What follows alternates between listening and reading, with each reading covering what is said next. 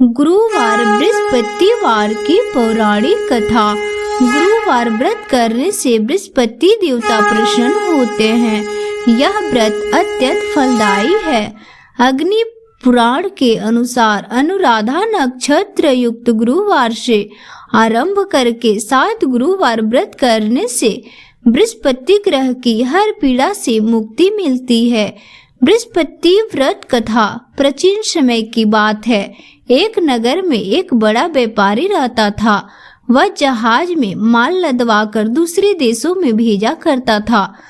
वह जिस प्रकार अधिक धन कमाता था उसी प्रकार जी खोलकर दान भी करता था, परंतु उसकी पत्नी अत्यंत कंजूस थी। वह किसी को भी एक दमड़ी भी नहीं देने देती थी। एक बार सेठ जब दूसरे देश में व्यापार करने गया तो पीछे से बृहस्पति देव ने साधु वेश में उसकी पत्नी से भिक्षा मांगी। व्यापारी की पत्नी बृहस्पति देव से बोली, हे साधु महाराज, मैं इस दान और पुण्य से तंग आ गई हूँ। आप कोई ऐसा उपाय बताइए जिससे मेरा सारा धन नष्ट हो जाए और मैं आराम से रह सकूं।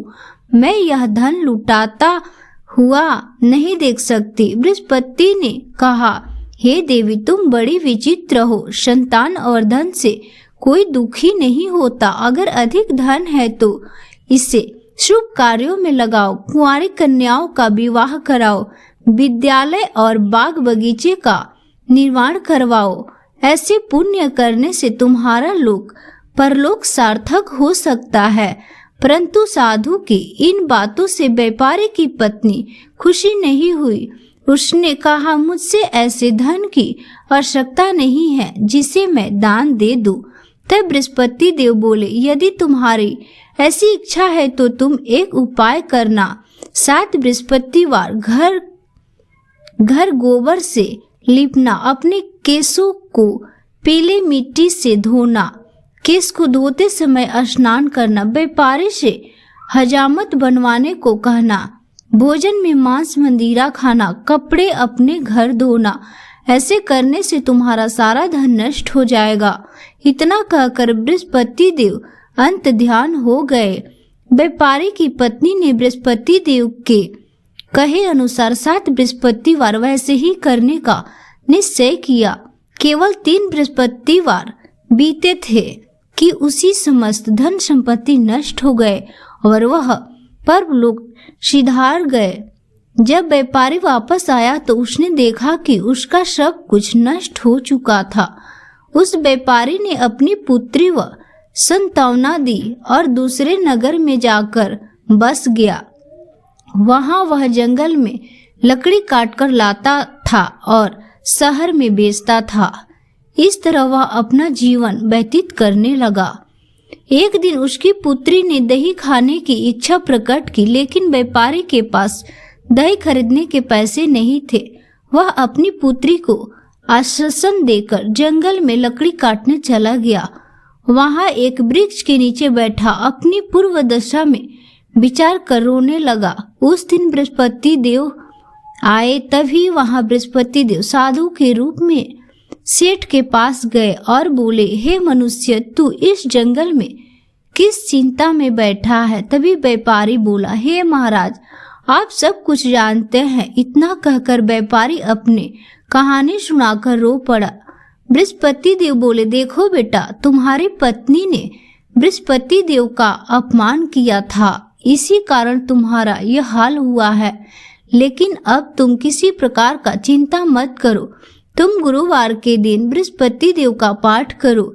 2 पैसे के चने और गुड़ का लेकर जल के लोटे में शक्कर डालकर वह अमृत और प्रसाद अपने परिवार के सदस्यों और कथा सुनने वाले में बांट दो। स्वयं भी प्रसाद और चना अमृत ले लो। भगवान तुम्हारा अवश्य कल्याण करेंगे। साधु की बात सुनकर व्यापारी बोला, महाराज, मुझे तो इतना भी नहीं बचता कि मैं अपनी पुत्री को दही लाकर दे सकूं। इस पर साधु जी बोले, तुम लकड़ियों शहर में बेचने जाना। तुम्हें लकड़ियों के दाम पहले से दोगुना मिलेंगे, जिससे तुम्हारे सारे कार्य सिद्ध हो जाएंगे। उसने लकड़ियां काटी और शहर में बेचने के लिए चला गया।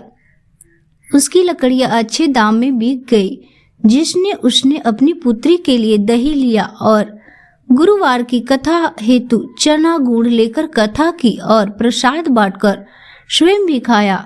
उसी दिन से उसकी सभी कठिनाइयां दूर होने लगी। परंतु अगले बृहस्पतिवार को वह कथा कहना भूल गया। अगले दिन वहां के राजा ने एक बड़े यज्ञ का आयोजन कर पूरे नगर के लोग के लिए भोज और आयोजन किया। राजा की आज्ञा अनुसार पूरा नगर राजा के महल में भोज कराने गया, लेकिन व्यापारी व उसकी पुत्री तनिक विलंब से पहुंचे। अतः उन लोगों को राजा ने महल में जा लेकर भोजन कराया। जब वे दोनों लौटे आए तब रानी ने देखा कि उसकी खूंटी पर टंगा हार गायब है। रानी को व्यापार और उसकी पुत्री पर संदेह हुआ कि उसका हार उन दोनों ने ही चुराया है। राजा की आज्ञा से उन दोनों को करवास की कोठरी में कैद कर दिया गया। कैद में पकड़कर दोनों अत्यंत दुखी हुए। वहां उन्होंने बृहस्पति देवता की स्मरण किया। बृहस्पति देव ने प्रकट होकर व्यापारी को उसकी भूल का आभास कराया और उन्होंने सलाह दी कि गुरुवार के दिन कैद खाने के दरवाजे पर तुम्हें 2 पैसे मिलेंगे। उनसे तुम चने और मुनाक्का मंगलवार मंगवा कर विधि पूर्वक बृहस्पति देवता की पूजन करना। तुम्हारा सब दुख दूर हो जाएगा। बृहस्पतिवार को कैद खाने के द्वार पर उन्होंने 2 पैसे मिले। बाहर सड़क पर एक स्त्री जा रही थी। व्यापारी ने उसे बुलाकर गुड़ और चने लाने को कहा। इस पर वह स्त्री बोली, मैं अपनी बहू के लिए गहने लेने जा रही हूँ, मेरे पास समय नहीं है। इतना कहकर वह चली गई। थोड़ी देर बाद वहां से एक और स्त्री निकली। व्यापारी ने उसे बुलाकर कहा कि हे बहन, मुझे बृहस्पतिवार की कथा करनी है, तुम मुझे 2 पैसे का गुड़ चना ला दो। बृहस्पति देव का नाम सुनकर वह स्त्री बोली, भाई मैं तुम्हें अभी गुड़ चना लाकर देती हूँ। मेरा इकलौता पुत्र मर गया है, मैं उसके लिए कफन लेने जा रही थी, लेकिन मैं पहले तुम्हारा काम करूँगी, उसके बाद अपने पुत्र के लिए कफन लाऊंगी। वह स्त्री बाजार से व्यापारी के लिए गुड़ चना ले आई और स्वयं भी बृहस्पतिवार की कथा सुनी। कथा के समाप्त होने पर वह स्त्री कफन लेकर अपने घर गई। लोग ने पुत्री की लाश को राम नाम सत्य कहते हुए शमशान ले जाने की तैयारी कर रहे थे। स्त्री बोली, मुझे अपने लड़के का मुख देख लेने दो। अपने पुत्र का मुख देखकर उस स्त्री ने उसके मुंह में प्रसाद और चनामृत डाल दिया। प्रसाद और चनामृत के प्रभाव से वह पुनः जीवित हो गया। पहली स्त्री जिसने बृहस्पतिवार का निरादर किया था, जब वह अपने पुत्र के विवाह हेतु पुत्र वधू के लिए गहने लेकर लौटी और जैसे ही उसका पुत्र थोड़ी घोड़े पर बैठकर निकला, वैसे ही घोड़े ने ऐसे उछाल मारी कि वह थोड़ी घोड़े से गिरकर मर गया। यह देख स्त्री रोकर बृहस्पति देव की क्षमा याचना करने लगी।